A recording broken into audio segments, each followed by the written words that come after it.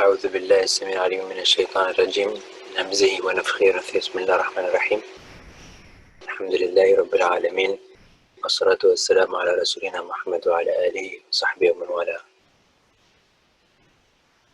Assalamu alaikum wa rahmatullahi wa barakatuh. We're going to get started inshallah with check-ins. Just checking in to see what's going on. Is there anything you're being overwhelmed with? Any roadblocks or obstacles you're trying to navigate but you're finding difficult? Anything that you would like to learn about or to discuss a little bit more in depth about? Anything that you have in mind, you can go ahead and start sharing, inshallah.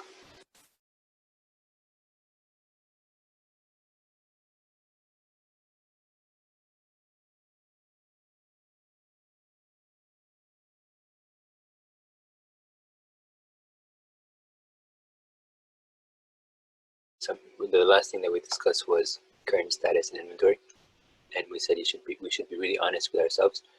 We shouldn't try to pretend that we're somewhere where we're not. Be very real.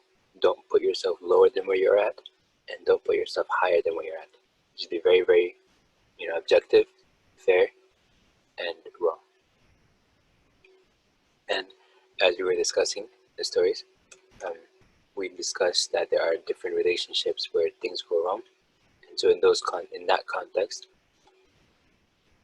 we mentioned some of the stories that we were going to talk about, and we introduced one of them last time.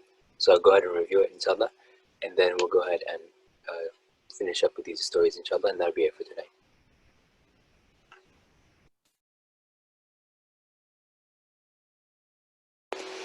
Okay. So this mother and daughter situation was a case that came up where the mother had asked us to come over and help with this, help in this, like, in this situation, right?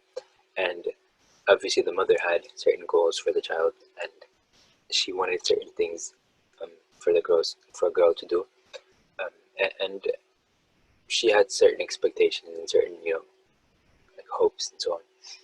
And there was a certain way that she was applying the strategies and so on that she had with regard to helping the daughter get to those, or to be able to achieve those goals or objectives and so on.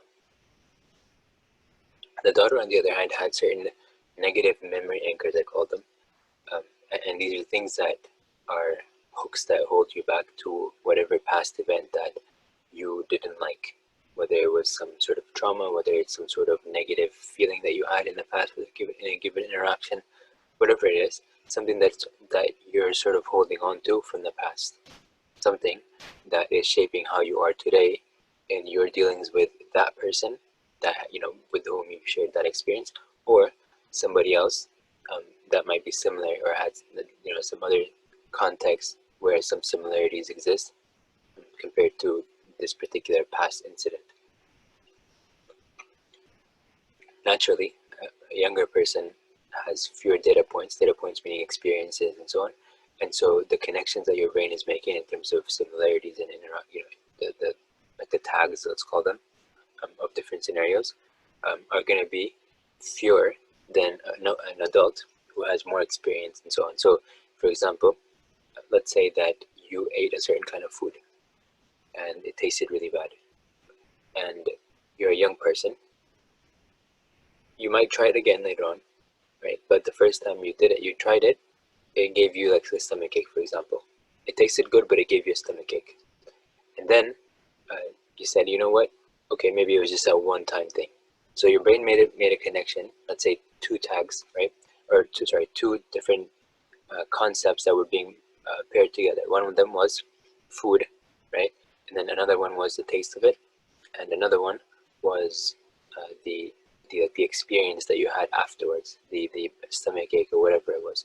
So your brain took these tags, right? These qualities, or these, let's say these adjectives or these descriptions of whatever concept it was, and you consider them as tags. Tags are those things that, in a database you can search.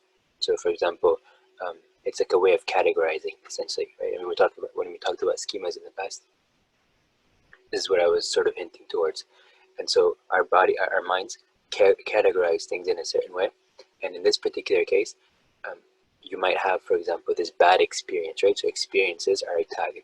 And so the kind of experience that you have is like a sub-tag under that category. And so in this case, a stomach ache, for example, would be something that we're looking at. So a stomach ache with like a pain in the stomach area. So this is like, how that thing is working. So you have stomach, but now you have another tag with it, which is pain, right? So this is paired up. Now this thing now could also be used as like a lump sum when pairing with something else. For example, in this case, eating that food.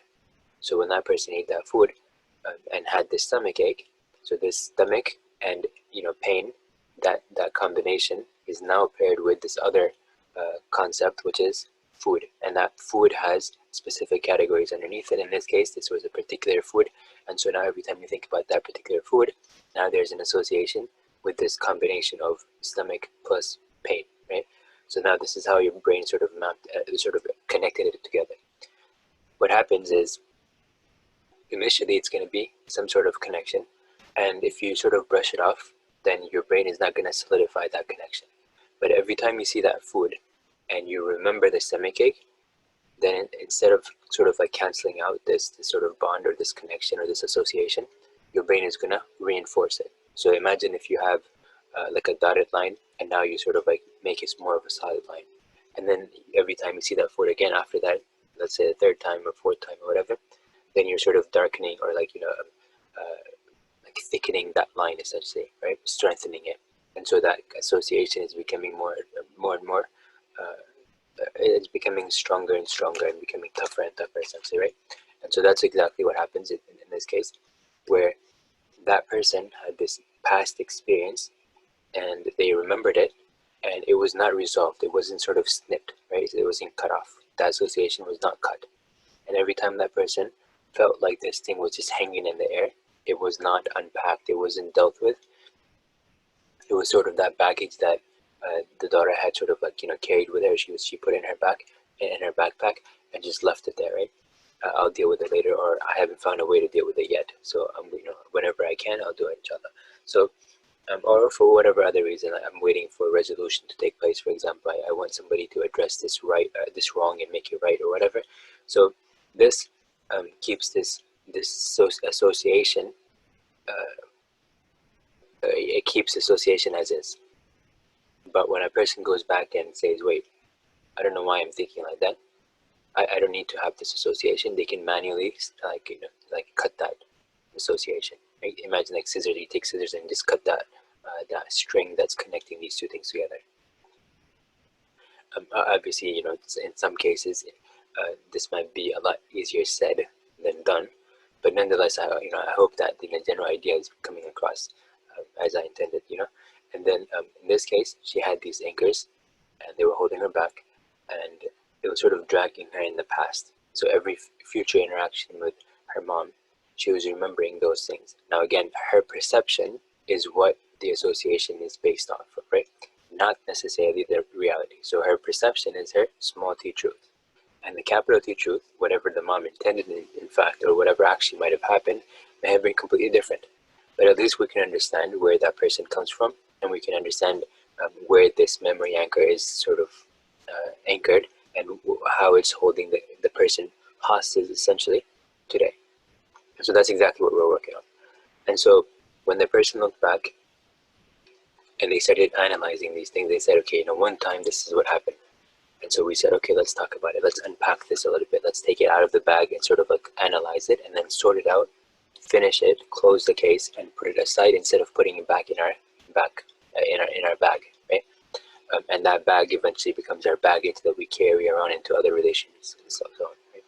So in this case, that there was no closure that had taken place, and so we said, let's close it off. So we looked at it and we analyzed, particular instances that the person had, and so obviously we needed to make it a safe space, so the mom and the daughter wouldn't have like a back and forth and stuff. They would have a chance to open up and show their emotions and things like that, but they're not gonna sort of like become hostile and stuff, right? So this was my task essentially as the moderator here, and so we allowed the interaction to happen, And the mom started hearing this, story, and then she started, we gave her a chance to speak on her side, and then she started mentioning certain things, like, she had no idea that this is how it was being perceived by her daughter. And then she explained her side, and she said, this is what actually was going on in my mind. And it was, then she mentions, and she shows essentially that it was completely different than the intention that the daughter had sort of felt, essentially. And so she had perceived that intention, and so she had, felt a certain way. And as a result, she ended up having these negative feelings towards her mom. And so when we addressed that particular incident, right, there was one of many anchors. So this, like for example, the first one, then she was able to sort of unhook and say, wait, you know what? I can like either unhook, or I can like literally take like a scissor, for example. Not literally, but like I can take scissors, sort of snip it out, right? And so now I'm not going to be held hostage by this anchor that's holding me back. And the example of an anchor is like a boat that has, they drop the anchors and stuff so that boat can stand still, right? And so even if the boat was trying to move forward, that anchor all the way deep is not going to let it actually like go anywhere. Does that make sense? So that's the idea behind this. This is why I call it anchor, because it's holding you essentially unable to move forward. You're held back by this thing. You can also think of it like an anchor, like a stake for a tent. When you're setting up a tent, you have these stakes that you put in the ground, so the tent isn't going to fly around. Instead, it holds it in place, right?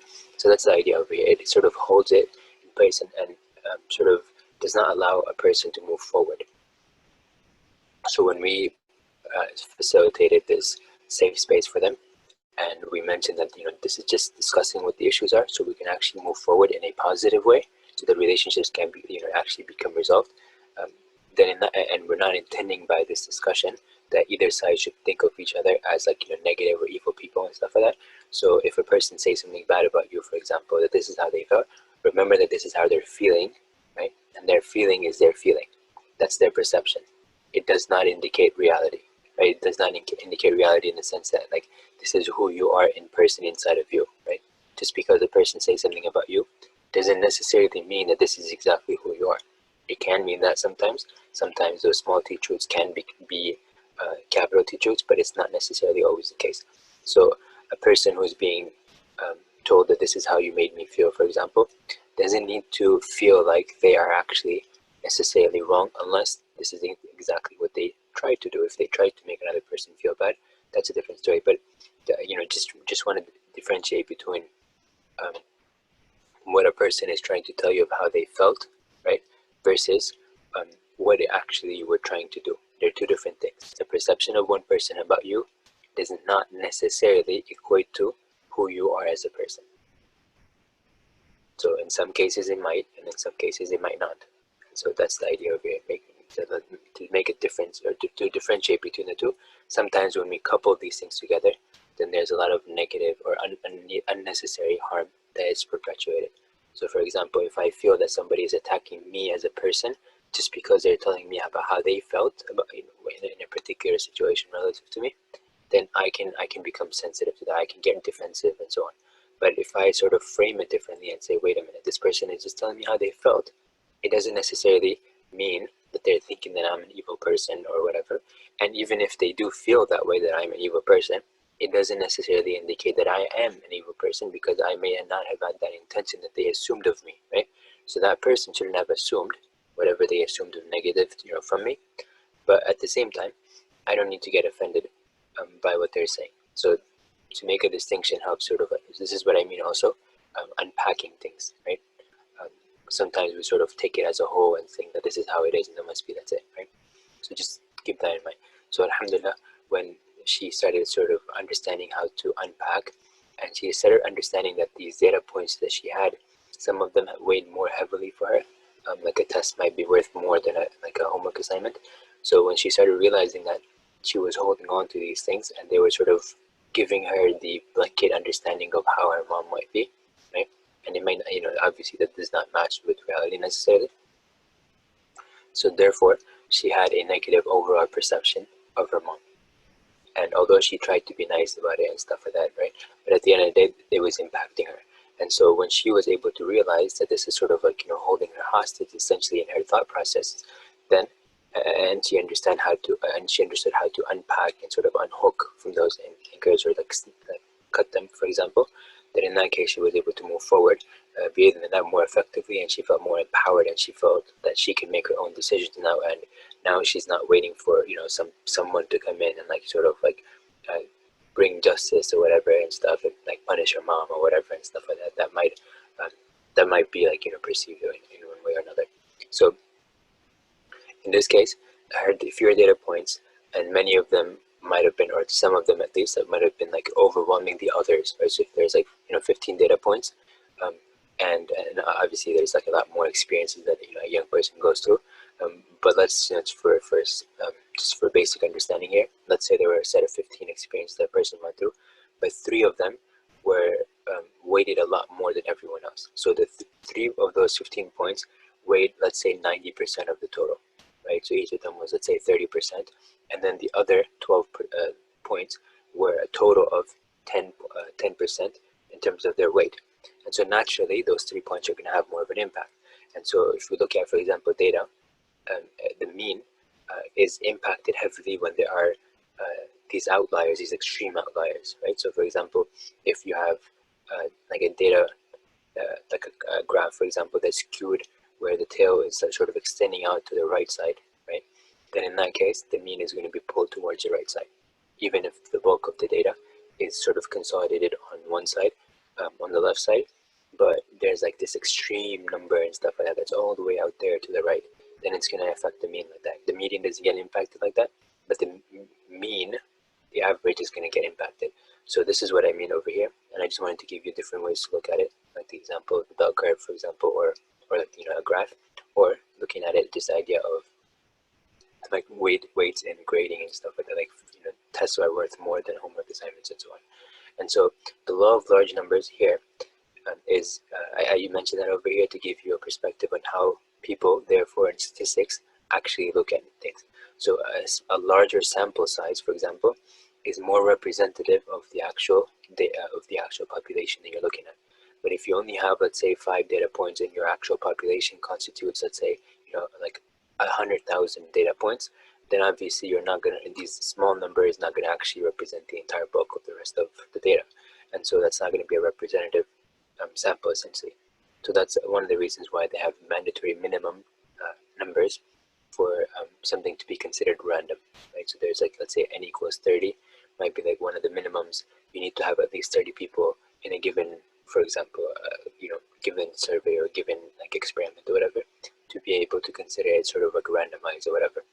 Anyways, so large numbers means the more data points that you have, the closer to the true mean you're able to get. So the sample statistics, right, the data that you've gotten, extracted out of your sample, right, is your lowercase t truth. Okay, so I hope that made sense over here. And the law of large numbers, so as this daughter gets more experiences and more data points, and she starts unhooking the heavier negative anchors, right? Then in that case, inshallah, she's going to have two ways of moving forward essentially. One of them is she has more data points, right? And so the weight of the other ones is being sort of like mellowed out a little bit, and on the other hand, or diluted a little bit. And then the other one is that when she's unhooking, she's actually getting rid of these outliers, essentially these heavier weights, if she's letting go of them and just sort of like putting them aside. So there's a twofold benefit here. And so alhamdulillah, she felt like she was able to maintain this, and she would connect with us and ask us strategies or brainstorm of how she can continue improving her relationship with her mom. And if she became overwhelmed, she would say, okay, I tried this and this is what happened. What can I do and stuff? What did I do wrong? Can we discuss this and so on? So we were able to provide that service to her, and so she was able to navigate. And her mom was the one that suggested that she connect with us anytime she needs and stuff like that. So then she was able to maintain that. So alhamdulillah, after that, she showed that she was actually trying to move forward and so on. And both sides, and then at one point there was a time where I recognized that, okay, they're both trying to be sincere, because you could tell sometimes, like, okay, what's going on here? And so I made a comment immediately, and I said, it looks like, I wanted to catch it in the moment, so it makes a more of an impact, a positive impact. And so I noted over here that that you guys are both seem like it seems that you both are trying to be sincerely trying to improve your relationship with each other. And I wanted to just make that comment over here, and I gave some examples of like why I came to that conclusion. And so when both of them felt like their goodness is being recognized, they were more motivated based on that to continue working like that. They were able to give more space to each other in terms of just time to grow and like space to grow and so on. And they were more appreciative of each other's efforts and so on. So that helped with that situation. So I wanted to make that I wanted to bring that example over here of how sometimes not doing assessments or not looking at like how we got to where we got to, for example, um, can have a negative impact. But then once we start realizing that where we stand and how we got here, then it helps in terms of unpacking and sort of in terms of like moving forward towards our goals. And sometimes we might feel like we don't need to do that and so on, but that's an unrealistic expectation, because obviously there are certain things that are going to hold you back even if you pretend that they don't exist, right? So this is how steps 0, making sure it's realistic, and step 1, figuring out your end vision. In this case, one of the small, or the shorter term goals would be to have like a positive relationship with her mom, and the mom having a good relationship with her daughter. And I say shorter term because this is in the grand scheme of things. In their case, to optimally work together as a family and like get closer to Allah subhanahu wa ta'ala and so on. So one of the steps towards that was to make sure that they have a good relationship with each other, right?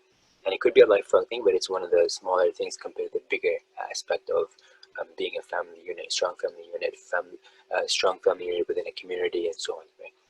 And then number 2, obviously making sure that you have assessments of where you are, maybe how you got there and so on, kind of evaluating that.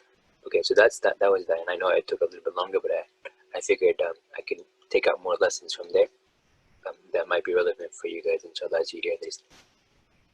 Another story here is about a husband and wife, and this is a case that I came across with my work with one of the masajid. And there this person came to the masjid and they wanted some sort of assistance because they were worried about some family, like between them, like a husband and wife situation. So like between them they were sort of like worried about it. And so they mentioned that they would like to speak to somebody that has some Islamic background and so on. So that the case was essentially directed to me. It involved deen related stuff. It involved like relationship related stuff, and some overall kind of like some dynamics that the community leaders had felt that I would be able to assist with.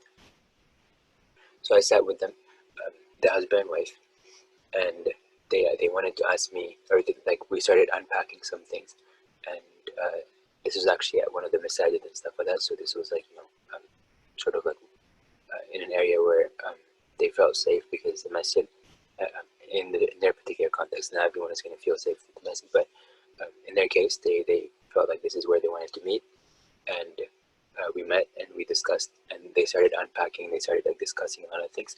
And one of the things that eventually at the end of the case we realized, and it was something that I guess was, for them it was a little bit hard to get through, right?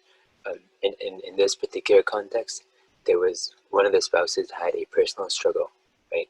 In one particular one of these cases that happened was this spouse they woke up and they had a certain plan for that day, and they woke up a little bit later because they were tired from working and stuff the day before and so on, and so they were really tired, right? And so they needed like a rest because they had been working all week and stuff, right? Like whatever. And so I think they were like a few minutes late in terms of their waking up, and they started feeling overwhelmed. They felt, and they asked the other spouse to come down and kind of like help them in certain things and stuff, and they were getting upset at the spouse, and it was going like this like for a little bit. And it eventually escalated to the point that like bad words were exchanged, and like there was a lot of like negative stuff that happened between the two, until they just wanted to get a divorce, essentially. And this is where they came. The spouse that had woke up late was the one that had reached out and wanted to pretty much like try to salvage the marriage, essentially, right? The other one wanted to keep the marriage too, but they just couldn't stand the toxicity, that came along with it. And anyways, so we started talking, we started unpacking and so on. And over time, it was a few sessions that we had, but after that, at the end of it, what really happened is that they started realizing how much their personal challenges were impacting the family dynamics. Essentially, in this particular case, for example, the spouse that had, woken up late, the spouse feeling bad or feeling like, because of them,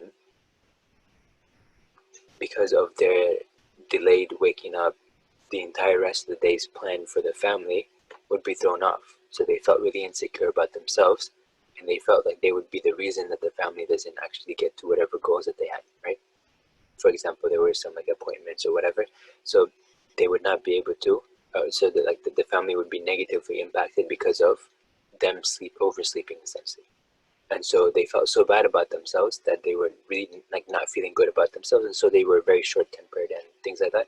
And then that's where the things happen, right? And then when the other spouse was sort of like pulled in the middle of it, and they just were confused, like what's happening, they responded, they asked, they tried to like assist and so on, but the other person felt like, the first spouse, they felt uh, like I'm gonna have to hear about this later on and so on and so on. So they were just getting upset, is that right? And these sort of uncomfortabilities or these insecurities for themselves, it made them feel like the other person was not really understanding what struggle they were going through themselves. So the first person felt like the second person did not really understand the first person's struggle, and it makes sense because the other person didn't even know what the first person was thinking of, or why they felt upset, or why they felt insecure, and so on. And so the second person had no idea what was going on, but the first person felt like the second person has no idea what's going on, and so they were feeling upset about that, right? So there was this like, certain expectations that were not realistic, but at the same time they were in place, and so they were negatively in fact impacting the dynamics between the husband and wife, right? Anyways, after some time, when there was some unpacking, they started realizing that there are some things from their own personal things that they didn't want to open up about, or they felt like overwhelmed with and stuff. They felt like, they started accepting that they were actually impacting the family dynamics, and so as a result, they said, "Wait a minute, I don't need to do this anymore," and they started accepting these things, and they confronted them, and they spoke to their spouse about them, and as they did that, then they were able to reconcile. And it came to a point where I checked in with both of them, and they mentioned that alhamdulillah, things are going great now and stuff, and we're working together as a team now. And think this is a group of people, two people, they're on the brink of divorce. They don't want to like see each other. They're just like ready to just get a divorce and just move out and go their separate ways essentially, even though they've been married for some time and so on, right? um, and they have kids and so on. Anyways, so after this happened, after the resolution took place, and they sort of accepted some whatever they were going on, and we made it so that like they felt like, just because they had these weaknesses, or they had this history in the past or whatever, they had this like worries and concerns and paranoias and so on, that didn't make them a bad person, because we understood where they came from. And so when we unpacked and we helped the person feel like we're not going to think bad of them just because they had these things, but we're going to help them navigate forward towards their goal. When they both felt that way, then they were able to communicate with each other, and they were able to actually like smile and like talk to each other, and they were supportive of each other, and they sort of allocated the roles of the different family responsibilities to different to each other among themselves in a way that was actually sustainable. When they did that, and when I checked in later with them, they started saying, alhamdulillah, things are much better now. We're working together. I'm working on the things that I'm good at, and he's working on the things that he's good at, and and the husband said the same thing, that she's working on the things that she's good at, and I'm working on my things, and we both delegated our tasks and stuff according to our skill sets and our like natural dispositions as male and female and so on. And so when this happened, alhamdulillah, um, this is the last that I've gotten an update from them that things are going well, alhamdulillah, and that they're accepting um, their realities and not trying to impose the small t truth to the capital T truth. They're not trying to make the capital T truth match with their small T truths. They're trying to make their small T truths align with the capital T truths. So alhamdulillah, that was one of those dynamics that was, and again, I'm not going to say that I had any role in that.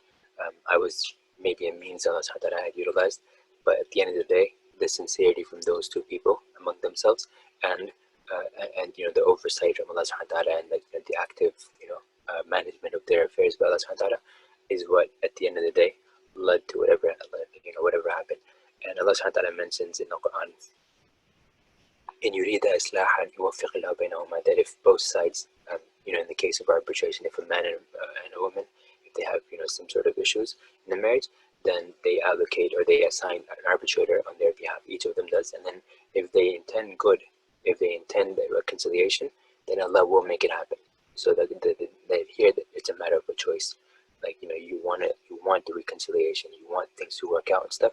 So Allah subhanahu wa ta'ala does facilitate that process if both of them want it. If one side doesn't want it and stuff like that, then it's not going to happen. If both sides don't want it, obviously it's not going to happen. But Allah subhanahu wa ta'ala is the one that's going to facilitate if both sides do in fact sincerely want things to work out. So anyways, that was that lesson, or that was the story here, where it was a success story, alhamdulillah, at least until now. Right? I haven't gotten anything different recently on this point, but just wanted to make a note over here of how powerful these kinds of evaluations, these kinds of processes are essentially. And then there's another one over here. This is actually multiple cases like this that I wanted to bring up. Obviously the husband-wife situation, there's other cases too, but I just wanted to bring a sample. In this case, actually, I wanted to bring multiple cases together because there's some things that I wanted to extract from multiple different cases and stuff, right? So for example, we've had a situation where we've had multiple situations where kids have gone into drugs in the community, and these drugs have impacted their lives when it comes to school, and it's actually more common than you think. The marijuana and weed and like other kind of drugs too. Like some of them are obviously a lot more dangerous, and the kids are involved in these things. And there's like different paths, but there's different systems they have set up to make sure that they can keep getting supplies. They're minors, obviously they can't buy them directly, but there are certain ways that they've sort of found access to suppliers and things like that there, by connecting to other youth that are older than 18, for example, for certain things or things like that. And this is how they get that stuff.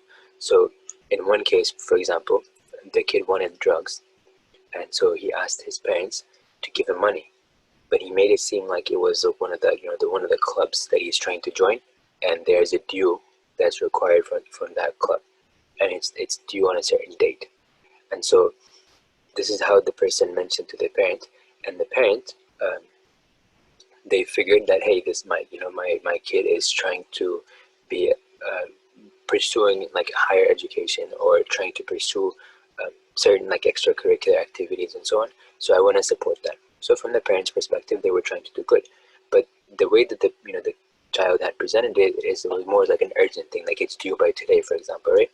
So one day the child asked, I need to buy this time, like during lunchtime, for example.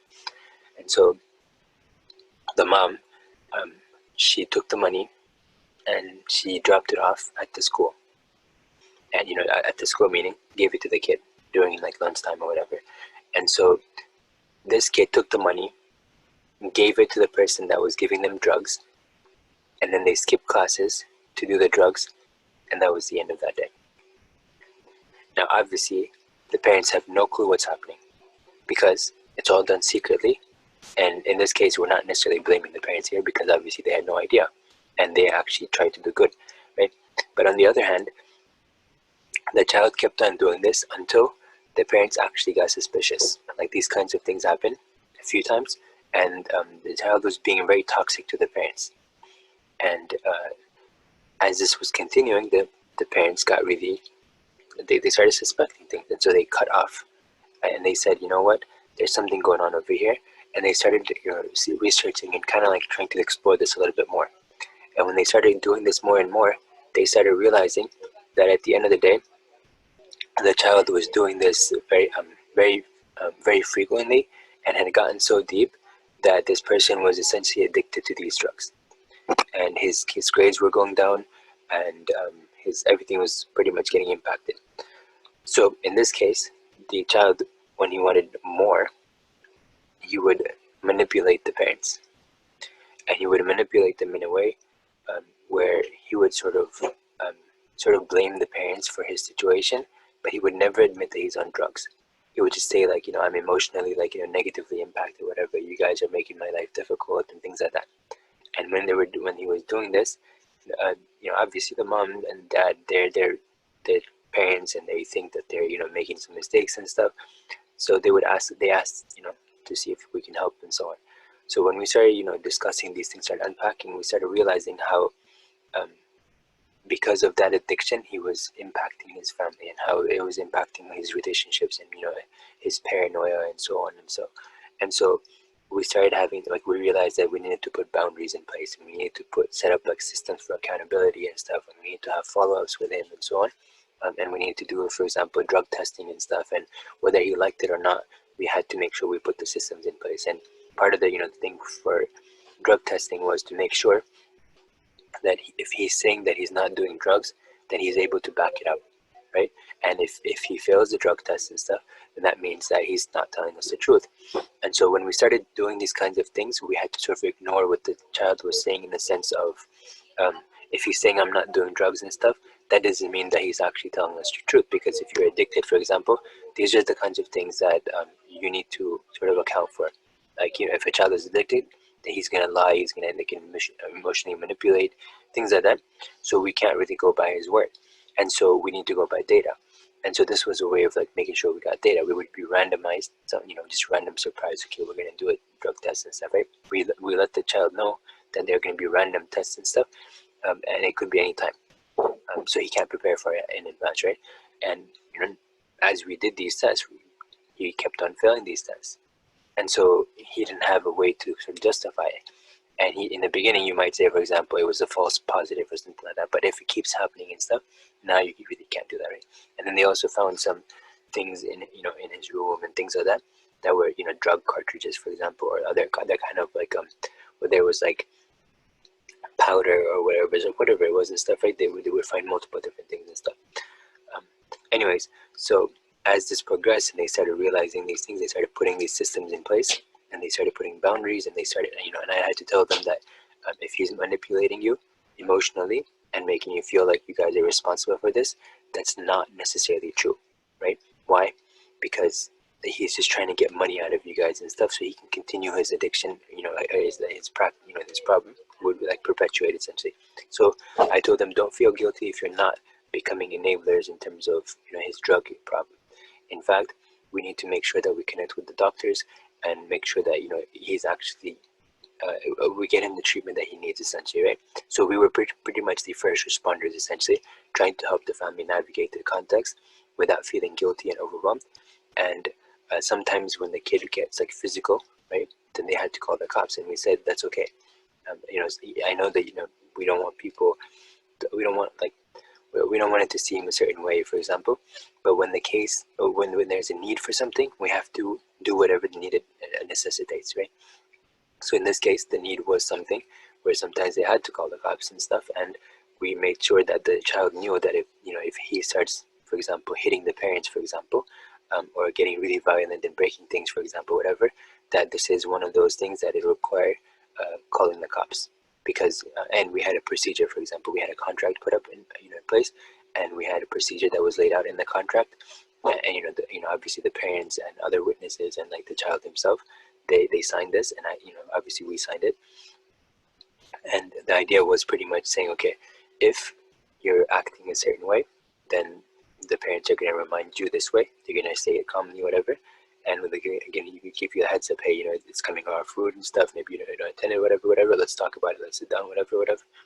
If you feel like the parents are busy, you can ask them for a time if they're available or not, and kind of discuss these matters as like kind of like more like a procedure kind of.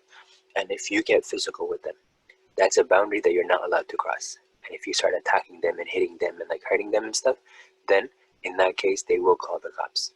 So that's like like the third level up.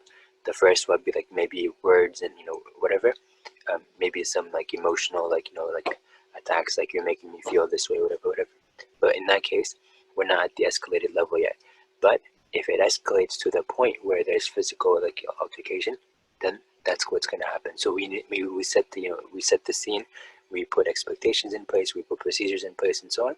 And when that would happen, they would call the cops, and then he would try to manipulate them, or emotionally, like um, you're calling the cops on your own son, like how dare, like, don't you feel bad that you're calling, like that you're calling the cops on your own son, right? So he would try to manipulate them like that. And this is where we had already expected that. So we had already told them then that when you call the cops, he might say these things, but do not feel guilty because there was a need for it. And you didn't just do it randomly because you wanted to call the cops on your kid, right? And you did it because there was a need and there was a benefit that was associated with this if you did this procedure this way. Anyways, so this was one case, and there was another case, for example, where there was a female involved. And in this case, there was a situation where um, she started acting a certain way. Obviously, prayers get impacted. Some of the people don't even pray, so like, that's something. But some cases when they are trying to practice, deen, for example, in terms of prayer or whatever, then you're going to see like a major shift in regular procedures. So when I say prayer and I say some of them don't pray, I mean like there's going to be a norm that they had before, and it's going to start changing and shifting as they move forward. So you're going to see a shift in behavior patterns and stuff like that. And that's these things. That's where you sort of have an alert. Something's going on over here. And so this girl had something like that happen to her, and she started sort of acting a certain way, and so on. And initially, the parents asked us for ruqya and stuff, and we did some ruqya. But there weren't symptoms for ruqya, so we didn't we wanted to just. They had given us certain things that may have, that seemed to be like ruqya related symptoms, but we also know that some of these symptoms may be for some other things as well. But what we do is we sort of do a test, which is do a short ruqya to see if there's any kind of like something, and after that, if we see that there's no reaction, there's nothing going on or whatever, we'll know, because we're checking for symptoms and stuff like that. And we obviously there was nothing like that, so we said, okay, what we're gonna do is we're gonna switch over to other things and stuff. And this is where we said, okay, is there something else going on and stuff? And so on. We asked some details and stuff. We kept on probing a little bit further, and it became clear that this person had been on drugs. And it's initially it seemed like this person had these issues because of the drugs, right? And so we asked the parents to connect with her, with this girl's, the provider, like the physician, and communicate with them and just make sure that they do tests on her. A test meaning like just measure her drug levels and so on to make sure that everything's going. And then like if she needs to have an intervention plan for kind of weaning off of drugs, then we can put that in place as well. But make sure that they connect with the doctor first and stuff. And then eventually also, because sometimes this can also impact your way of thinking, because your brain gets impacted. Okay, so this is where all the experiences you're feeling are, and so the drugs have that impact directly on your brain.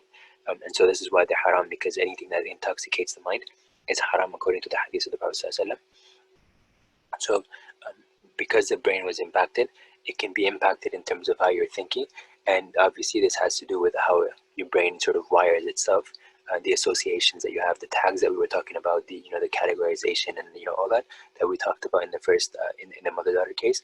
So this is sort of like what happened as well. So in this case, that's kind of what happened, and the perceptions of people are developed by whatever the brain connections are made and so on. And so what happened at the end of the day is we supplemented, and we said, because we had we have background in psychological first aid and mental health first aid and so on, and so among other things. And so it was and these things were useful in this case, is what I'm trying to say. And so figuring out, okay, this is probably one of those situations, so we direct them to, for example, a psychiatrist, and we direct them to like a physician or something like that, because a lot of times we come across families that are very confusing where they should start, what they should do, And so like it helps to sort of like be aware of these things. It helps being aware, or being aware of these things helps to sort of navigate and to sort of like help um, help the families navigate these kind of difficult and confusing situations and so on. But just to make a point over here, that for parents it's also good for them to keep up with their kids and to be aware of what's happening in their lives, because parents a lot of times might be, and this is what we've noticed, they be oblivious, um, and they might think that their kids are not going to do these things and stuff, right? But obviously I grew up over here. I've had like more um, experience working with youth, and like being a youth myself and so on, and seeing what happens from the inside, right? In the sense of you're around youth and you're a youth and you're just like in high school, for example, or college and so on. You get to see what a lot of parents may not recognize, and so there's a lot more that happens behind the scenes and the parents are unaware of than what they are aware of. And so that the kids, for example, have often a different um, life outside the home, versus what they have inside the home. And so that's very important over here. And the youth, the people, whoever has worked with youth, know this as a reality. I don't need to justify this. You can ask any youth director, any like youth counselor or whatever. You can find that this is the reality and stuff, right? So it's important for us to be engaged in our kids' lives and to kind of ask, and kind of inquire about what's going on, and have this like bond between them, so the kids can actually feel that they can trust their parents and open up to matters that are difficult, or just be open about many things and stuff, right? If you're not going to be there with your kids, and if you're not going to be interacting with their lives, they will go to other people. They will go and do the things that you don't want them to do, and you're never going to find out, essentially, and you're going to think your kids are great people and stuff like that. So, and I'm not saying that they're bad people, but I mean like that kids are going to continue doing things, and you're going to assume, you're going to have a certain assumption about them, and it's not going to match with the reality. And so you're going to sort of, in a way, because of this ignorance, you're going to become an enabler to some of their bad habits, while thinking that you're doing good. So don't be like that. If you're a parent, just make sure that you're involved in your kids' life, become friends and like with them. And you can be a parent and a friend, because you can put on multiple hats in different contexts. Sometimes you need to be a friend, sometimes you need to be a parent, sometimes you need to put boundaries and ground rules and stuff like that. So keep those in mind. And then this last thing, inshallah, before I close, and I'll go over this revert story next time, inshallah. But this toxic cultural values that we have sometimes, cultural values can sometimes be good, and they can be encouraging. Like, for example, respecting elders, for example, is one of the more general, universal, culturally accepted, or one of the more universally accepted cultural sort of norm, or like an expectation. And you'll see that in most cultures, especially the ones like in Asia, for example, in Africa and like other places, that we respect our elders and so on. This is just like a norm. However, sometimes it can be exploited, or it cannot be. It can be unbalanced. So, for example, the Prophet ﷺ said, "Whoever من لم يرحم صغيرنا ويعرف حق كبيرنا فليس منا." That whoever is not من لم يرحم صغيرنا means that whoever is not merciful, doesn't show mercy to our young ones, ويعرف حق كبيرنا, and he knows, this person knows the rights of our elders, right?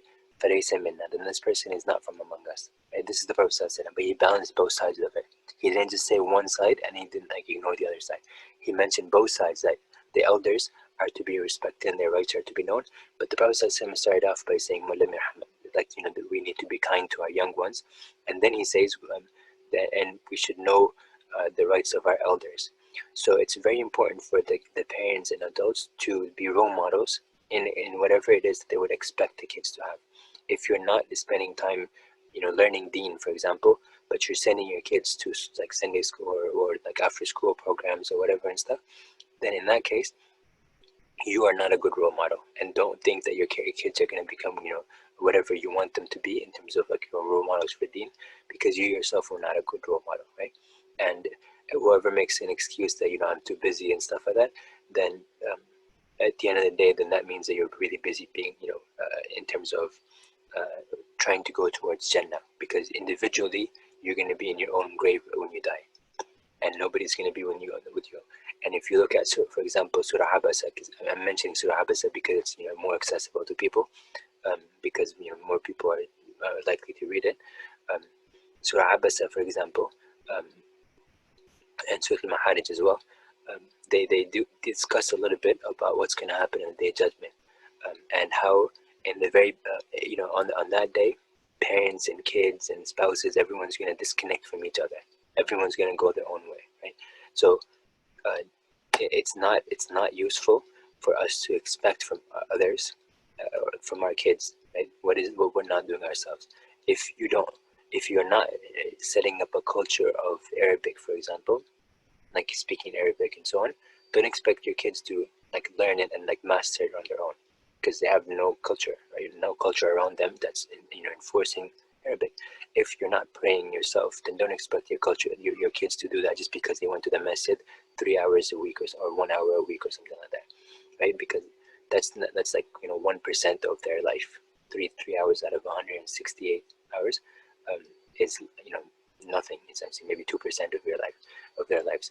So at the end of the day, making sure that your cultural expectations, the values that you're bringing in from your culture, that they align with Islam, because Islam is balanced. It accounts for multiple different stakeholders, but sometimes the cultural values may not do that, and we're going to get a lot of toxicity as a result of that. You're going to expect things unjustly from from other people that are not supposed to be expected from them unless they're balanced with something else. So it's like give and take. Relationships work like that, and if you're expecting one side to do everything, then you are the flaw in the equation, right? And I'm not saying that to be to be to say that people like whoever does this is an evil person, but a lot of times it's also because we don't know that there is an other side, or we're not emphasizing it enough, or we're not aware of it, or we didn't grow up in that environment. But that doesn't mean that we should be just sort of pushed aside and like taken wherever like society takes us.